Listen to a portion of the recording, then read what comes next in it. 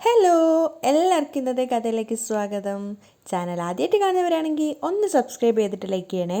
അങ്ങനെ വിഷമിച്ചിരിക്കുന്ന മലറിൻ്റെ അടുത്തേക്ക് വന്നിട്ട് ചന്ദ്രിക പറയുന്നുണ്ട്, സിദ്ധാർത്ഥ് സാർ എങ്ങോട്ടും പോയിട്ടില്ല എന്ന്. ആദ്യം തന്നെ മലറിന് അത് വിശ്വസിക്കാനേ പറ്റുന്നില്ല. കാരണം അവൾ ആ പാവയൊക്കെ പിടിച്ചിരുന്ന് കരയാണ്, എന്തിനാ സിദ്ധു എന്നെ കൂട്ടാതെ പോയതെന്നൊക്കെ ചോദിച്ചിട്ട്.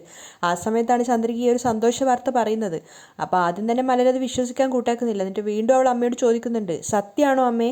അപ്പോൾ ചന്ദ്രികയും പറയുകയാണ്, അതേടാ, സിദ്ധാർത്ഥ് സാർ അമേരിക്കയിലേക്ക് പോയിട്ടില്ല. അമ്മ ഉറപ്പിച്ച് പറഞ്ഞതോടെ മലരിന് ഏറെക്കുറെ ബോധ്യമായി സിദ്ധാർത്ഥ് പോയിട്ടില്ല എന്നുള്ള കാര്യം. അപ്പോൾ അവളും സന്തോഷത്തോടെ പറയാണ്, ഏയ് സിദ്ധു എവിടെയും പോയിട്ടില്ല, എന്നെ കാണാൻ വേണ്ടി തിരിച്ചു വരികയാണ്. മലരിൻ്റെ ആ ഒരു സന്തോഷം കാണുന്ന സമയത്ത് ചന്ദ്രികയ്ക്ക് ഒത്തിരി സന്തോഷമാവുന്നുണ്ടായിരുന്നു. മാത്രമല്ല അവൾ ഒന്നുകൂടെ സംശയത്തോട് ചോദിക്കുകയാണ്, ഇനി സിദ്ധു നമ്മളെ വിട്ട് എവിടെയും പോവില്ലല്ലോ അമ്മേ? അപ്പോൾ ചന്ദ്രികയും ഉറപ്പ് കൊടുക്കുന്നുണ്ട്, ഇനി സിദ്ധാർത്ഥ് സാർ നമ്മളെ വിട്ട് എവിടെയും പോവില്ല. ഇനി സിദ്ധു സാറ് നമ്മുടെ കൂടെ ഇവിടെ തന്നെ ഉണ്ടാവും. ചന്ദ്രിക മകൾക്ക് വാക്ക് കൊടുത്ത സമയത്ത് മലർ ഒത്തിരി സന്തോഷത്തോടെ തുള്ളിച്ചാടുകയാണ്. അതിനുശേഷം തൻ്റെ കയ്യിലുണ്ടായിരുന്ന ആ പാവ ചന്ദ്രികയെ ഏൽപ്പിച്ചിട്ട് മലർ പറയുന്നുണ്ട്, അമ്മേ, ഞാൻ പോയിട്ട് ഈ സന്തോഷ വാർത്ത മുത്തശ്ശനോടും മുത്തശ്ശിയോടും പറഞ്ഞിട്ട് വരാം. എന്നിട്ട് അവൾ നേരെ മഹേന്ദ്രൻ്റെ ലക്ഷ്മിയുടെ അടുത്തേക്ക് പോവുകയാണ്. മലരിൻ്റെ ആ ഒരു സന്തോഷം ആലോചിച്ചുകൊണ്ട് ചന്ദ്രിക സന്തോഷത്തോടെ നിൽക്കുന്നുണ്ട്. ആ സമയത്ത് സിദ്ധാർത്ഥ എയർപോർട്ടിൽ വെച്ചിട്ട് പറഞ്ഞ ആ ഒരു കാര്യമാണ് ചന്ദ്രികയ്ക്ക് ഓർമ്മ വരുന്നത്. നിനക്ക് നല്ലൊരു ജീവിതം തരാൻ പറ്റും ചന്ദ്രികയെ. കാരണം ഞാൻ നിന്നെ ഒരു സാധാരണ പെണ്ണായിട്ടല്ല കണ്ടത്. നിന്നോടും മലരിനോടും ഞാൻ ജീവനുള്ള കാലത്തോളം സത്യസന്ധനും വിശ്വസ്തനുമായിരിക്കും. സിദ്ധാർത്ഥിൻ്റെ കണ്ണിൽ ആ പ്രണയവും സത്യസന്ധതയും ഓർക്കുന്തോറും ചന്ദ്രയ്ക്ക് വല്ലാത്ത സന്തോഷം തോന്നുകയാണ്. മാത്രമല്ല സിദ്ധു ആ സമയത്ത് അവളോട് പറഞ്ഞിട്ടുണ്ടായിരുന്നു, നീ എന്നെ സ്വീകരിച്ചത് തന്നെ വലിയ കാര്യം ചന്ദ്രികെ. ഒരാൾ മാത്രം സ്നേഹിച്ചത് കൊണ്ട് കാര്യമില്ല. രണ്ടുപേരും പരസ്പരം മനസ്സുകൊണ്ട് സ്നേഹിച്ചിട്ട് വിശ്വാസത്തോടെ ഒരുമിച്ച് ജീവിക്കുന്നതാണ് യഥാർത്ഥ ജീവിതം. സിദ്ധാർത്ഥ് പറഞ്ഞ ഓരോരോ വാക്കുകളും ഓർക്കുന്തോറും ചന്ദ്രയ്ക്ക് വല്ലാത്ത അഭിമാനവും സന്തോഷവും പ്രണയവും ഒക്കെ ഒരുപോലെ ഫീൽ ചെയ്യാണ്. മാത്രമല്ല അവസാനം സിദ്ധാർത്ഥിനെ കണ്ട് പിരിയുന്ന സമയത്ത് അവൻ അത്രയും സന്തോഷത്തോടു കൂടിയാണ് അവളെ യാത്രയാക്കിയിട്ടുണ്ടായിരുന്നത്. ചന്ദ്രികയാണേലും തിരിഞ്ഞ് സിദ്ധുവിനെ പ്രണയത്തോടെ നോക്കുന്നുണ്ടായിരുന്നു. അതൊക്കെ ചന്ദ്രികയുടെ മനസ്സിലേക്ക് വീണ്ടും വരികയാണ്. അവൾ പോലും അറിയാതെ അവളുടെ മുഖത്തൊരു പുഞ്ചിരി വിരിയുന്നുണ്ട്.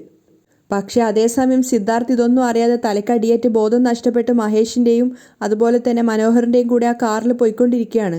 സിദ്ധുവിന് ബോധം തന്നെ ഉണ്ടായിരുന്നില്ല. പക്ഷെ ഇതൊന്നും ചന്ദ്രിക അറിയുന്നുണ്ടായിരുന്നില്ല. ചന്ദ്രിക ആ സമയത്ത് പോയി കണ്ണാടിയിൽ ആദ്യമായിട്ട് അവളുടെ സൗന്ദര്യം ആസ്വദിക്കുന്നത് പോലെ നോക്കി നിൽക്കുകയാണ്. അതായത് സിദ്ധുവിനോട് പ്രണയം പറഞ്ഞതിന് ശേഷമുള്ള ചന്ദ്രികയെ അവൾ തന്നെ ആസ്വദിക്കുകയാണ്. കണ്ണാടിക്ക് മുന്നിൽ ചെന്നിട്ട് ഒരുപാട് നേരം മുഖത്തേക്ക് നോക്കി നിൽക്കുകയും നാണത്തോടെ മുഖം പൊത്തുകയും അതിനുശേഷം ഒരു കണ്ണിട്ട് ഒളിഞ്ഞു നോക്കുകയും അങ്ങനെ ചന്ദ്രിക അവൾ തന്നെ ഓരോരോ പ്രണയത്തോടെ ഓരോരോ കോപ്രായങ്ങളൊക്കെ കാട്ടിക്കൂട്ടുകയാണ്. അതിനുശേഷം അവിടെ നിന്നിട്ട് അവൾ സിദ്ധാർത്ഥിനെ കുറിച്ചും അവർക്കുണ്ടാവാൻ വേണ്ടി പോകുന്ന ആ ഒരു നല്ലൊരു ജീവിതത്തെക്കുറിച്ചൊക്കെ ചിന്തിക്കുന്നുണ്ട്. ശേഷം തിരിച്ചു വന്നിട്ട് ടേബിളിൻ്റെ മുകളിൽ ഉണ്ടായിരുന്ന ആ ഒരു ഫ്രെയിം ചെയ്ത് വെച്ച ഫോട്ടോ എടുത്തിട്ട് നോക്കുകയാണ്. അതിൽ മലറിന് ഗിഫ്റ്റ് കൊടുത്തിട്ടുണ്ടായിരുന്ന, പുരസ്കാരം കൊടുത്തിട്ടുണ്ടായിരുന്ന സിദ്ധുവും ചന്ദ്രികയും മലരും അതുപോലെ മേഘയും ഒക്കെ ഉണ്ടായിരുന്നു. ആ ഫോട്ടോ എടുത്തതിന് ശേഷം അവൾ അതിൽ സിദ്ധാർത്ഥിനെ മേലെ കൂടെ തഴുകുകയാണ്.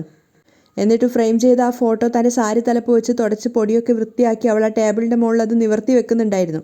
അതിനുശേഷം അവൾ നേരെ പോയത് കുളിച്ച് മാറ്റാൻ വേണ്ടിയിട്ടാണ്. പക്ഷെ അതേസമയം മഹേഷും മനോഹരനും കൂടിയിട്ട് സിദ്ധാർത്ഥിനെയും കൊണ്ട് ഒരു ബിൽഡിങ്ങിലേക്കാണ് വരുന്നത്, ഒരു ഗോഡൗൺ പോലുള്ള ഒരു ബിൽഡിങ്ങിലേക്ക്. സിദ്ധുവിന് സംഭവിച്ച ഈ ഒരു അപകടം ഒന്നും തന്നെ അറിയാതെ കുളി കഴിഞ്ഞ് വന്ന ചന്ദ്രിക നേരെ ഭഗവാന്റെ മുന്നിലേക്കാണ് വരുന്നത്. പൂജിച്ചു വെച്ചിട്ടുണ്ടായിരുന്ന മാല ആ ഒരു ചിത്രത്തിന് മുന്നിൽ വെച്ചതിന് ശേഷം അവൾ കണ്ണുകൾ ഇറുക്കിയടച്ച് പ്രാർത്ഥിക്കുകയാണ് അവരുടെ ഒരു നല്ല ജീവിതത്തിന് വേണ്ടിയിട്ട്. അവൾക്ക് സത്യം പറഞ്ഞാൽ പറഞ്ഞറിയിക്കാനാവാത്തൊരു സന്തോഷത്തിലാണ് ഉണ്ടായിരുന്നത്. ഹൃദയം നിറച്ചും സിദ്ധുവിനോടുള്ള ആ ഒരു പ്രണയം തിങ്ങി നിറഞ്ഞൊരവസ്ഥയിലാണ് ഉണ്ടായിരുന്നത്. ചന്ദനം തൊട്ടതിന് ശേഷം നേരെ കണ്ണാടിക്ക് മുന്നിൽ വന്ന് നിന്നിട്ട് ചന്ദ്രിക തലയിൽ കെട്ടിയിട്ടുണ്ടായിരുന്ന തോർത്തൊക്കെ അഴിക്കുകയാണ്. അവൾ തന്നെ ആദ്യമായിട്ട് ചന്ദ്രികയെ കാണുന്ന ആ ഒരു പ്രതീതിയോടെയാണ് നോക്കുന്നത്. അതായത് തനിക്ക് ഇത്രയും സൗന്ദര്യമുണ്ടോ എന്നൊക്കെ തോന്നുന്ന ഒരു രീതിയിൽ ചന്ദ്രയ്ക്ക് വല്ലാത്തൊരു സന്തോഷം തോന്നുകയാണ്, പ്രണയം നിറഞ്ഞൊരു സന്തോഷം. അവൾ തൻ്റെ തലയിൽ നിന്നും തോർത്തെടുത്ത് മാറ്റിയിട്ട് മുടി വെച്ചിട്ട് ഒരുപാട് നേരം അവളുടെ സൗന്ദര്യം ആസ്വദിക്കുകയാണ്. അതിനുശേഷം മുടി മടഞ്ഞു കെട്ടുകയും അതിനുശേഷം കണ്ണെഴുതുകയും പൊട്ടു തൊടുകയും അങ്ങനെ അവൾ എത്രത്തോളം സുന്ദരിയാവാൻ പറ്റുമോ അത്രത്തോളം സുന്ദരിയായിക്കൊണ്ടിരിക്കുകയാണ്. വളയൊക്കെ അണിഞ്ഞുകൊണ്ട് സുന്ദരിയൊക്കെ ആയിക്കൊണ്ടിരിക്കുകയാണ്. അതിനുശേഷം വാങ്ങിച്ചു വെച്ചിട്ടുണ്ടായിരുന്ന മുല്ലയുടെ മാല എടുത്തിട്ട് മുടിയിലേക്ക് കോർത്ത് വെക്കുന്നുണ്ട്. ചന്ദ്രികയ്ക്ക് എത്ര നേരം തന്നെ കണ്ണാടിക്ക് മുന്നിൽ നിന്നിട്ടും അവളുടെ സൗന്ദര്യം ആസ്വദിച്ച് മതിയാവാത്തതുപോലെ തോന്നുകയാണ്. കാരണം സിദ്ധാർത്ഥിനോടുള്ള പ്രണയം പറഞ്ഞതിന് ശേഷം ചന്ദ്രികയ്ക്ക് അവൾ തന്നെ പുതിയൊരു വ്യക്തിയായതുപോലെയൊക്കെ തോന്നുന്നുണ്ടായിരുന്നു. അങ്ങനെ മുല്ലയുടെ മാലയൊക്കെ വെച്ചതിന് ശേഷം ചന്ദ്രിക നേരെ പോയി ജനൽ തുറന്നിട്ടു. അപ്പോൾ നല്ല തണുത്ത കാറ്റ് വീശുന്നുണ്ടായിരുന്നു. ശരിക്കും വേറൊരു ലോകത്ത് തന്നെയാണ് ചന്ദ്രിക ഉണ്ടായിരുന്നത്, ഒരു പ്രണയം നിറഞ്ഞ ലോകത്ത്. പക്ഷെ ഇതൊന്നും അറിയാതെ തലക്കടിയേറ്റ് ബോധം നഷ്ടപ്പെട്ടിട്ട് മഹേഷ് കൊണ്ടിട്ട് ഒരു ഗോഡൗണിലാണ് സിദ്ധാർത്ഥ് കിടക്കുന്നത്. അവൻ്റെ രണ്ട് കൈയും പിന്നീന്ന് വെച്ച് അവർ കെട്ടിയിട്ടിട്ടുണ്ടായിരുന്നു. അങ്ങനെ മഹേഷ് ആണെങ്കിൽ ഫോൺ എടുത്ത് വെച്ചിട്ട് ഇങ്ങനെ നോക്കിയിരിക്കുകയാണ്, സിദ്ധാർത്ഥിനെ നോക്കിയിരിക്കുകയാണ്. അതിനുശേഷം അവൻ നേരെ വിളിക്കുന്നത് ചന്ദ്രികയ്ക്കാണ്. ചന്ദ്രിക സന്തോഷത്തോടു കൂടി ജനലൊക്കെ തുറന്നിട്ട് ആ പുറത്തുള്ള കാറ്റ് കൊണ്ടിരിക്കുമ്പോഴാണ് അവളുടെ ഫോൺ റിങ് ചെയ്യുന്നത്. അവൾ വന്നിട്ട് ഫോൺ എടുത്ത് നോക്കുന്ന സമയത്ത് പരിചയമില്ലാത്തൊരു നമ്പറാണ്. അതുകൊണ്ട് തന്നെ ചന്ദ്രിക വേഗം ഫോൺ അറ്റൻഡ് ചെയ്യുന്നുണ്ട്. ചന്ദ്രിക കോൾ അറ്റൻഡ് ചെയ്തപ്പോൾ തന്നെ പരിഹാസത്തോടെ മഹേഷ് പറയുന്നുണ്ട്, എന്താ ചന്ദ്രികയെ, വളരെയധികം സന്തോഷത്തിലാണെന്ന് തോന്നുന്നു. അപ്പോൾ ചന്ദ്രികയ്ക്ക് പെട്ടെന്ന് ആരാണെന്ന് മനസ്സിലായില്ല. അവൾ തിരിച്ചു ചോദിക്കുന്നുണ്ട്, ഹലോ, ആരാ നിങ്ങൾ? അപ്പോൾ മഹേഷ് കളിയാക്കുകയാണ്, അല്ല ചന്ദ്രികയെ, എന്നെയാണോ ആരാണെന്ന് ചോദിക്കുന്നത്? അപ്പോഴും ചന്ദ്രികയ്ക്ക് അത് ആരാന്ന് മനസ്സിലായിട്ടുണ്ടായിരുന്നില്ല. അവളിങ്ങനെ സംശയത്തോടെ നിൽക്കുകയാണ്. അപ്പോൾ മഹേഷ് കളിയാക്കുകയാണ്, ആഹാ കൊള്ളാലോ, പുതിയ ഒരുത്തനെ കിട്ടിയപ്പോൾ ഭർത്താവിനെ അങ്ങ് മറന്നു. അപ്പോഴാണ് ചന്ദ്രികയ്ക്ക് മനസ്സിലായത് അത് മഹേഷിൻ്റെ ശബ്ദമാണെന്നുള്ളത്. പിന്നെ പതറിക്കൊണ്ട് അവൾ ചോദിക്കുന്നുണ്ട്, എന്തിനാ എനിക്ക് ഫോൺ ചെയ്തത്? എന്നോട് ഇനി സംസാരിക്കരുതെന്ന് പറഞ്ഞിട്ടില്ലേ? അവൾ തീരെ താല്പര്യമില്ലാത്ത മട്ടിൽ ചോദിക്കുകയാണ്. അപ്പം മഹേഷ് കളിയാക്കിക്കൊണ്ട് പറയുന്നുണ്ട്, ആഹാ, നീ പറഞ്ഞു എന്ന് കരുതി ഞാനങ്ങനെ വെറുതെ വിടുവോ? നിന്നെയും മലരിനെയും ഞാനങ്ങനെ വിട്ടുകളയില്ലടി. മഹേഷിൻ്റെ സംസാരം കേട്ടപ്പോൾ ചന്ദ്രയ്ക്ക് വല്ലാത്ത ദേഷ്യം വരികയാണ്. അപ്പോൾ അവളും അതേ നാണയത്തിൽ തന്നെയാണ് തിരിച്ചടിക്കുന്നത്. അല്ലെങ്കിൽ തന്നെ നിങ്ങളോട് ഞാനെന്തിനാണ് സംസാരിക്കുന്നത്, ഫോൺ വെക്ക് എന്നും പറഞ്ഞിട്ട് ദേഷ്യത്തോടെ ചന്ദ്രിക കോള് കട്ട് ചെയ്യുകയാണ്. മഹേഷ് ആണെങ്കിൽ ആ സമയം തന്നെ വീണ്ടും തിരിച്ചു വിളിക്കുന്നുണ്ട്. പക്ഷേ ചന്ദ്രിക വീണ്ടും ആ കോളും കട്ട് ചെയ്യുകയാണ്. മഹേഷിനാണെങ്കിൽ ദേഷ്യം വന്നിട്ടുണ്ടായിരുന്നു. അവൻ വീണ്ടും വീണ്ടും വിളിച്ചുകൊണ്ടേ ഇരിക്കുകയാണ്. അവസാനം ചന്ദ്രികയും ഫോൺ അറ്റൻഡ് ചെയ്യുന്നുണ്ട്. എന്നിട്ട് അവളും ദേഷ്യത്തോടെയാണ് സംസാരിക്കുന്നത്. എന്തിനാ ഇങ്ങനെ വീണ്ടും വീണ്ടും വിളിച്ചുകൊണ്ടിരിക്കുന്നേ? ദേ, ഇനി വിളിക്കാൻ നിൽക്കുകയാണെങ്കിലേ ഞാൻ മഹേന്ദ്ര സാറിനോട് പറഞ്ഞു കൊടുക്കും. അപ്പോൾ മഹേഷ് പരിഹസിച്ചിട്ട് പറയാണ്, അതെ, ഞാൻ പറയാൻ പോകുന്ന കാര്യം ആദ്യം വ്യക്തമായിട്ട് കേൾക്ക്. അത് കഴിഞ്ഞിട്ട് നീ ആരോടാണെന്ന് വെച്ചാൽ പോയി പറ. അപ്പോൾ ചന്ദ്രികയും വെറുപ്പോടുകൂടി ചോദിക്കുകയാണ്, എന്താ? അപ്പോൾ മഹേഷ് പറയുന്നുണ്ട്, നിന്റെ കള്ളക്കാമുകൻ സിദ്ധാർത്ഥ് ഇപ്പോൾ എവിടെയുണ്ടെന്നറിയോ? എൻ്റെ കസ്റ്റഡിയിലുണ്ട്. അത് കേട്ടത് ചന്ദ്രിക ആകെ ഞെട്ടിത്തരിച്ച് നിൽക്കുകയാണ്.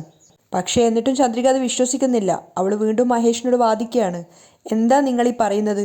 അദ്ദേഹത്തിൻ്റെ അടുത്ത് ചെല്ലാൻ പോലും നിനക്കൊന്നും സാധിക്കില്ല. നിന്നെ അദ്ദേഹം ഒതുക്കിക്കളയും. പുച്ഛത്തോടെ ചന്ദ്രിക പറഞ്ഞത് കേട്ടത് മഹേഷും പറയുന്നുണ്ട്, ആ അതെ അതെ, അവൻ വലിയ ഹീറോ ആണല്ലോ എന്നെ അങ്ങോട്ട് ഒതുക്കാനായിട്ട്. അവനൊരു നട്ടലില്ലാത്തവൻ. അവനെ വിശ്വസിച്ച് നീ എന്നെ തള്ളിക്കളഞ്ഞു അല്ലേ? മഹേഷ് ചോദിക്കുന്നത് കേട്ടതും ചന്ദ്രിക ആകെ പരിഭ്രമത്തോടെ നിൽക്കുകയാണ്. ഇന്ന് അവൻ്റെ ജീവൻ എൻ്റെ കയ്യിലാണ്. മഹേഷിൻ്റെ ആ സംസാരവും വാശിയും കേൾക്കുന്ന സമയത്ത് ചന്ദ്രികയ്ക്ക് വല്ലാതെ പേടി തോന്നുന്നുണ്ടായിരുന്നു. ഇതൊന്നും അറിയാതെ മഹേഷ് ഇരുന്നതിൻ്റെ താഴെയായിട്ട് ബോധമില്ലാതെ സിദ്ധാർത്ഥ് കിടപ്പുണ്ട്. അപ്പോൾ സംശയത്തോടു കൂടി ചന്ദ്രിക ചോദിക്കുന്നുണ്ട്, എന്താ നിങ്ങളീ പറയുന്നേ? അപ്പോൾ മഹേഷ് പറയാണ്, ഓ വിശ്വാസമില്ല, അവൻ്റെ ശബ്ദം കേട്ടാലേ നീ വിശ്വസിക്കത്തുള്ളോ? നിൽക്ക് എന്ന് പറഞ്ഞ് മഹേഷ് നേരെ പോയിട്ട് സിദ്ധാർത്ഥിൻ്റെ കാലിന് ചവിട്ടുകയാണ്, ഷൂ ഇട്ട കാല് വെച്ചിട്ട്. അപ്പോൾ സിദ്ധാർത്ഥാണെങ്കിൽ വേദന കൊണ്ട് പൊളയുന്നുണ്ടായിരുന്നു. ആ ചന്ദ്രികയെ അവൻ ആ ബോധമില്ലാത്ത സമയത്തും വിളിക്കുന്നുണ്ട്. സത്യത്തിൽ സിദ്ധാർത്ഥിൻ്റെ ശബ്ദം കേട്ടപ്പോഴാണ് ചന്ദ്രിക വല്ലാതെ പേടിച്ചു പോയത്. അതുവരെ മഹേഷ് കള്ളം പറഞ്ഞതായിരിക്കുമെന്നായിരുന്നു അവൾ കരുതിയിട്ടുണ്ടായിരുന്നത്. പക്ഷേ മഹേഷ് അവൻ്റെ കാലിന് ചവിട്ടിക്കൊണ്ടേയിരിക്കുകയാണ് ഷൂ വെച്ചിട്ട്. വേദന കൊണ്ട് സിദ്ധാർത്ഥ് പൊളയുന്നുണ്ടായിരുന്നു. അവൻ്റെ ആ നിലവിളിയുടെ ഒരു ശബ്ദം കേൾക്കുന്തോറും ചന്ദ്രയ്ക്കും വല്ലാതെ പേടിയാവുകയാണ്. അവളിങ്ങനെ ഫോണിൻ്റെ മറുതലക്കിൽ നിന്നും ഹലോ ഹലോ എന്ന് പറഞ്ഞുകൊണ്ടേ ഇരിക്കുന്നുണ്ട്. ഒരുപാട് നേരം സിദ്ധാർത്ഥിനെ വേദനിപ്പിച്ചതിന് ശേഷം മഹേഷ് ഫോൺ ചെവിയിൽ വെച്ചിട്ട് ചോദിക്കുകയാണ്, മതിയോ? ഇപ്പോൾ വിശ്വാസമായോ? അപ്പോഴേക്കും ചന്ദ്രിക കരയാൻ തുടങ്ങിയിട്ടുണ്ടായിരുന്നു. അവൾ സങ്കടത്തോടെ ചോദിക്കുന്നുണ്ട്, എടാ, നീ സിദ്ധു സാറിനെ എങ്ങോട്ടേക്കാണ് കൊണ്ടുപോയത്? നിങ്ങൾ അദ്ദേഹത്തെ എന്താ ചെയ്യുന്നേ? അദ്ദേഹം എന്തിനാ കരയുന്നേ? ചന്ദ്രിക കരഞ്ഞുകൊണ്ടാണ് ചോദിക്കുന്നത്. അപ്പോൾ മഹേഷ് വീമ്പ് പറയാണ്, നിന്റെ സിദ്ധു സാറിപ്പോൾ എൻ്റെ കസ്റ്റഡിയിൽ എൻ്റെ ഗോഡൗണിലാടി കിടക്കുന്നത്. അത് കേട്ടതും ചന്ദ്രിക ആകെ പേടിച്ച് ഞെട്ടിത്തരിച്ച് നിൽക്കുകയാണ്. കരഞ്ഞുകൊണ്ട് തന്നെ ദേഷ്യത്തോടെ അവൾ ചോദിക്കുന്നുണ്ട്, അദ്ദേഹത്തിന് എന്തിനാ ഇപ്പോൾ പിടിച്ചു വെച്ചിരിക്കുന്നേ? നിനക്ക് എന്താടാ വേണ്ടത്? അപ്പോൾ മഹേഷ് കളിയാക്കിക്കൊണ്ട് പറയുന്നുണ്ട്, ഇതെന്ത് ചോദ്യാടി, എനിക്ക് നിന്നെയാ വേണ്ടത്. നിന്നെയും മലറിനെയുമാണ് വേണ്ടത്. അപ്പോൾ ചന്ദ്രിക കരഞ്ഞുകൊണ്ട് പറയുന്നുണ്ട്, നിന്നോട് എത്ര തവണ പറയണം ഞങ്ങളെ വിട്ടേക്കാൻ? എന്തിനാ ഞങ്ങളിങ്ങനെ ടോർച്ചർ ചെയ്യുന്നേ? എല്ലാത്തിനും ഒരു പരിധിയുണ്ട്. നീ എൻ്റെ ക്ഷമയെ പരീക്ഷിക്കുകയാ. അപ്പോൾ മഹേഷും വിട്ടുകൊടുക്കുന്നില്ല. ഏയ്, നീ ആടി എൻ്റെ ക്ഷമയെ പരീക്ഷിക്കുന്നേ. ഞാൻ നിന്നോട് ക്ഷമയോടെ ചോദിച്ചു, സ്നേഹത്തിലും ദേഷ്യത്തിലും തല്ലിയും ചോദിച്ചു. എന്നിട്ടും നീ അനുസരിച്ചില്ല. ഇപ്പോഴാണെങ്കിൽ ഈ സിദ്ധാർത്ഥിനെയും കൊണ്ടുവന്നു. ദേ നോക്ക്, ഇപ്പോൾ ഞാൻ പറയുന്നത് പോലെ നീ കേട്ടില്ലെങ്കിൽ നീ ജീവനെ പോലെ സ്നേഹിക്കുന്നവനില്ലേ നിന്റെ സിദ്ധാർത്ഥ്, അവൻ ഏതെങ്കിലും ആറ്റിലോ കുളത്തിലോ ശവമായിട്ട് കിടക്കും. അത് കേട്ടത് ചന്ദ്രിക ശരിക്കും ഷോക്കായിട്ട് നിൽക്കുകയാണ്. ഏയ്, അദ്ദേഹത്തെ ഒന്നും ചെയ്യരുത്, പേടിയോടുകൂടി ചന്ദ്രിക പറയാണ്. അത് കേട്ട് മഹേഷ് കളിയാക്കുന്നുണ്ട്. നീയില്ലേ ഇങ്ങനെയൊക്കെ പറയുമ്പോൾ എനിക്ക് അവനെ എന്തൊക്കെയോ ചെയ്യാൻ തോന്നുവാടി എന്ന് പറഞ്ഞ് വീണ്ടും അവന് ഷൂ ഇട്ട കാല് വെച്ചിട്ട് സിദ്ധാർത്ഥിനെ ചവിട്ടുകയാണ്. സിദ്ധാർത്ഥാണ് വേദന കൊണ്ട് പൊളയുന്നുണ്ടായിരുന്നു. ചന്ദ്രിക അലറി കരയാണ്. എടാ നീ എന്തിനാ അദ്ദേഹത്തെ അടിക്കുന്നേ? അദ്ദേഹത്തെ ഒന്നും ചെയ്യരുത്. ചന്ദ്രിക പൊട്ടിക്കരയാണ്. അപ്പം മഹേഷും കളിയാക്കുന്നുണ്ട്. ഓ, ഇവിടെ അടിച്ചാ അവിടെ നോവുന്നുണ്ടോ? ദേ നോക്ക്, എന്ത് ചെയ്യുമെന്നോ എങ്ങനെ ചെയ്യുമെന്നോ എനിക്കറിയില്ല. ഇനി അരമണിക്കൂറിനകം ഞാൻ പറയുന്നിടത്ത് മലരനെയും കൂട്ടി നീ എത്തിയിരിക്കണം. ചന്ദ്രിക ഷോക്കായിട്ട് നിൽക്കുന്ന സമയത്ത് മഹേഷ് വീണ്ടും മുന്നറിയിപ്പ് കൊടുക്കുന്നുണ്ട്. അഥവാ വന്നില്ലെങ്കിൽ സിദ്ധുവിനെ എൻ്റെ കൈകൊണ്ട് തന്നെ അടിച്ച് കൊന്നിട്ട് അവൻ്റെ ബോഡി വല്ല ആറ്റിലോ കുളത്തിലോ എറിഞ്ഞു കളയും ഞാൻ. അത് കേട്ടത് ചന്ദ്രിക പെട്ടെന്ന് തന്നെ പറയാണ്. ഏയ്, അദ്ദേഹത്തെ ഒന്നും ചെയ്യരുത്. നിനക്ക് എന്താ വേണ്ടത്? ഞാൻ വരണമല്ലേ? ഞാൻ വരാം. അപ്പം മഹേഷ് പറയുന്നുണ്ട്. ദേ നോക്ക്, നീ മാത്രമല്ല നിന്റെ കൂടെ മലറിനെയും കൂട്ടിക്കൊണ്ട് വേണം വരാൻ. അത് കേട്ടതും ചന്ദ്രിക ആകെ പരിഭ്രാന്തിയിലാവുകയാണ്. അവളിങ്ങനെ ഓരോന്ന് ആലോചിച്ച് ടെൻഷൻ അടിച്ച് നിൽക്കുകയാണ്. അപ്പം മഹേഷ് ചോദിക്കുന്നുണ്ട്. എന്താ ആലോചിച്ചുകൊണ്ട് നിൽക്കുന്നത്? ശരി, ഞാൻ മലറിനെയും കൂട്ടിക്കൊണ്ട് വരാം. അവസാനം ചന്ദ്രിക വാക്ക് കൊടുക്കുകയാണ്. എവിടേക്കാണ് വരേണ്ടതെന്ന് പറ. അപ്പോൾ മഹേഷ് പറയുന്നുണ്ട്. നീ താമസിക്കുന്ന ആ ഏരിയ ഇല്ലേ, അതിനടുത്തൊരു ക്ഷേത്രം ഉണ്ടല്ലോ, അവിടെ ഒരു ഓംനി വാൻ വന്ന് നിൽക്കും. നീ അതിൽ കയറി വരണം. നീ വരേണ്ട സ്ഥലത്തേക്ക് അത് നിന്നെ എത്തിച്ചോളും. ശരി, വരാം. ചന്ദ്രിക പറയുന്ന സമയത്ത് മഹേഷ് പറയുന്നുണ്ട്. ദേ നോക്ക്, ഇക്കാര്യം നീ മഹേന്ദ്രനോടോ മറ്റു വല്ലവരോടും പറഞ്ഞാൽ അടുത്ത സെക്കൻഡിൽ സിദ്ധാർത്ഥ് ജീവനോടെ ഉണ്ടാവില്ല. അവൻ്റെ തല ഞാൻ വെട്ടിയെടുത്ത് പാഴ്സലായിട്ട് നിനക്ക് അയച്ചു തരും. അത് കേട്ടതും ചന്ദ്രിക ഷോക്കായിട്ട് നിൽക്കുകയാണ്. കാരണം മഹേഷ് അങ്ങനെ തന്നെ ചെയ്യുന്നുള്ളത് അവൾക്ക് അറിയായിരുന്നു. അത്രയും മനുഷ്യപ്പറ്റില്ലാത്ത ഒരാളാണെന്നുള്ളത് അവൾക്ക് അറിയാവുന്ന കാര്യമാണ്. കരഞ്ഞുകൊണ്ട് ചന്ദ്രിക പറയുന്നുണ്ട്. എടാ, എന്തിനാണ് ഇങ്ങനെയൊക്കെ പറയുന്നേ? അദ്ദേഹം നിനക്ക് എന്ത് ദ്രോഹ ചെയ്തത്? എന്തിനാ അദ്ദേഹത്തെ ഇങ്ങനെ കഷ്ടപ്പെടുത്തുന്നേ? അദ്ദേഹത്തിൻ്റെ മേലെ ഒരു പോറലുണ്ടായാൽ പോലും ഞാൻ നിന്നെ വെറുതെ വിടില്ല. അപ്പോൾ മഹേഷ് കളിയാക്കി ചിരിക്കുകയാണ്. ആദ്യം നീ മലറിനെ കൂട്ടിക്കൊണ്ട് വാടി. അത് കഴിഞ്ഞാൽ ഞാൻ അവനെ ഒന്നും ചെയ്യില്ല. പക്ഷേ നീ വരുന്നത് ആരോടെങ്കിലും പറഞ്ഞാൽ പിന്നെ നീ സിദ്ധാർത്ഥിനെ ജീവനോടെ കാണില്ല. അത് നീ ഓർത്തു വെച്ചോ. അവസാന മുന്നറിയിപ്പ് ചന്ദ്രികയ്ക്ക് കൊടുത്തിട്ട് മഹേഷ് കോള് കട്ട് ചെയ്യാണ്.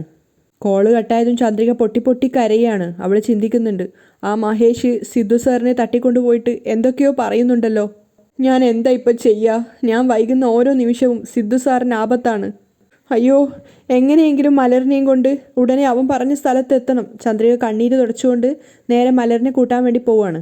പക്ഷേ അതേസമയം മഹേന്ദ്രനും ലക്ഷ്മിയും കൂടി സിദ്ധാർത്ഥ് തിരിച്ചു വരുന്ന സന്തോഷത്തിൽ മധുരമൊക്കെ ഉണ്ടാക്കിയിട്ട് മലറിന് കൊടുത്തുകൊണ്ടിരിക്കുകയാണ്. മുത്തശ്ശനും അവിടെ തന്നെയുണ്ട്. ചന്ദ്രികയാണെങ്കിലും മലറിനെ കൂട്ടാൻ വേണ്ടി പോകുന്ന സമയത്തൊക്കെ മഹേഷ് പറഞ്ഞ ഭീഷണിപ്പെടുത്തുന്ന ഓരോരോ വാക്കുകളാണ് അവളുടെ മനസ്സിൽ വരുന്നത്. പറഞ്ഞ സമയത്തിനുള്ളിൽ അവിടെ എത്തിയിട്ടില്ലെങ്കിൽ സിദ്ധാർത്ഥ് പിന്നെ ജീവനോടെ ഉണ്ടാവില്ല എന്നുള്ള മഹേഷിൻ്റെ ഭീഷണിയൊക്കെ. ചന്ദ്രിക അവിടെ എത്തിയ സമയത്ത് മഹേഷിൻ്റെ വാക്കുകൾ ആലോചിച്ച് അവളുടെ കണ്ണ് നിറയുന്നുണ്ടായിരുന്നു. ലക്ഷ്മിയാണ് ആദ്യം ചന്ദ്രികയെ കാണുന്നത്. അപ്പോൾ ലക്ഷ്മി കാര്യം അവളോട് പറയുകയാണ്. സിദ്ധാർത്ഥ് തിരിച്ചു വരുന്നതിൻ്റെ സന്തോഷത്തിന് മധുരം ഉണ്ടാക്കിയെന്നും അത് മലരിന് കൊടുത്തുകൊണ്ടിരിക്കുകയാണെന്നൊക്കെ. ചന്ദ്രികയ്ക്കും സ്വീറ്റ്സ് എടുത്ത് കൊടുക്കുന്ന സമയത്ത് ചന്ദ്രിക പറയുന്നുണ്ട്. ഇപ്പോൾ വേണ്ട സർ, ഞാൻ പിന്നെ കഴിച്ചോളാം. ആ സമയത്താണ് ചന്ദ്രികയ്ക്ക് തോന്നുന്നത്, സിദ്ധു സാറിനെ മഹേഷാണ് തട്ടിക്കൊണ്ടുപോയതെന്ന് എനിക്ക് എന്തുകൊണ്ട് മഹേന്ദ്രൻ സാറിനോട് പറഞ്ഞുകൂടാ? സാറിനോട് പറഞ്ഞാൽ എങ്ങനെയെങ്കിലും സിദ്ധു സാറിനെ രക്ഷിക്കില്ലേ? അങ്ങനെ രണ്ടും കൽപ്പിച്ച് അവൾ മഹേന്ദ്രനോട് പറയാൻ വേണ്ടി ഒരുങ്ങുകയാണ്. സർ, ഒരു പ്രധാനപ്പെട്ട കാര്യം പറയാനുണ്ട്. അതെന്താന്ന് മഹേന്ദ്രൻ ചോദിക്കുന്ന സമയത്ത് മലറിന് കൊടുത്ത സ്വീറ്റ്സ് ലക്ഷ്മിയുടെ കയ്യിൽ നിന്നും മഹേന്ദ്രൻ്റെ ഷർട്ടിലേക്ക് വീഴുകയാണ്. അപ്പോൾ അയാളാണെങ്കിൽ ശ്രദ്ധിക്കേണ്ട ലക്ഷ്മി എന്നൊക്കെ പറഞ്ഞിട്ട് അത് കഴുകാൻ വേണ്ടി പോകുന്നുണ്ട്. ആ സമയം കൊണ്ട് ചന്ദ്രികയ്ക്ക് വീണ്ടും മഹേഷിൻ്റെ കോള് വരികയാണ്. പേടിയോടുകൂടി ചന്ദ്രിക കോൾ അറ്റൻഡ് ചെയ്തിട്ട് ഹലോ എന്ന് ചോദിക്കുന്ന സമയത്ത് മഹേഷ് വീണ്ടും മുന്നറിയിപ്പ് കൊടുക്കുകയാണ്. ദേ നോക്ക്, എൻ്റെ ആളുകൾ വണ്ടിയും കൊണ്ട് നിനക്ക് വേണ്ടി അവിടെ കാത്തു നിൽക്കുന്നുണ്ട്. ഇനി 10 മിനിറ്റിനുള്ളിൽ നീയും മലരും ആ വണ്ടിയിൽ കയറിയിരിക്കണം. അല്ലെങ്കിൽ സിദ്ധാർത്ഥിനെ ആടിനെ അറക്കും പോലെ അറുത്ത് കളയുവടി. അത് കേൾക്കുന്ന സമയത്ത് ചന്ദ്രിക വല്ലാതെ ഭയന്നു പോവുകയാണ്. അവിടെയാണ് ഇന്നത്തെ എപ്പിസോഡ് വൈൻഡപ്പ് ചെയ്യുന്നത്.